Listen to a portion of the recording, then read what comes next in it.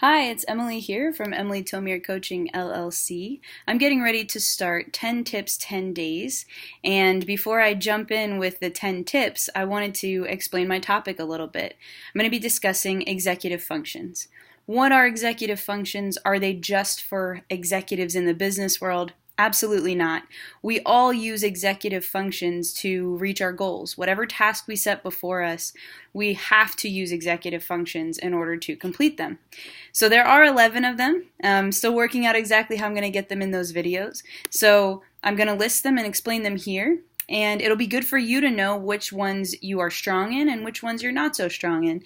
That way you can actually leverage your strengths and work on your weaknesses. And as a coach, I help people figure out which executive functions they are strong in and then how they can use those actually to increase their skills in the executive functions they're not as strong in. So the first one is working memory.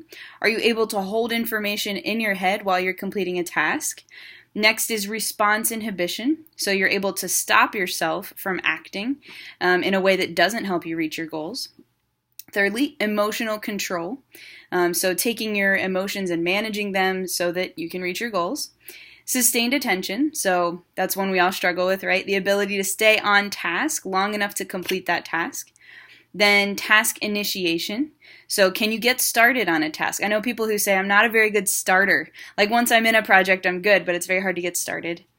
How about planning? So the ability to look ahead and say, here are the steps I need to take to get this done. Organization, keeping track of what you need in order to get those things done. Time management, it's a big one, right?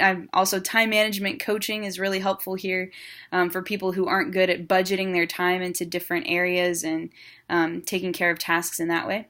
Flexibility, what do you do when your plan gets derailed?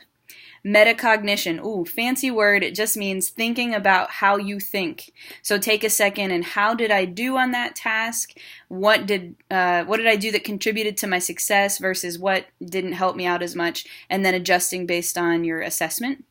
And then lastly, goal-directed persistence, or in other words, that kind of dogged determination to get things done. So those are the 11 executive functions.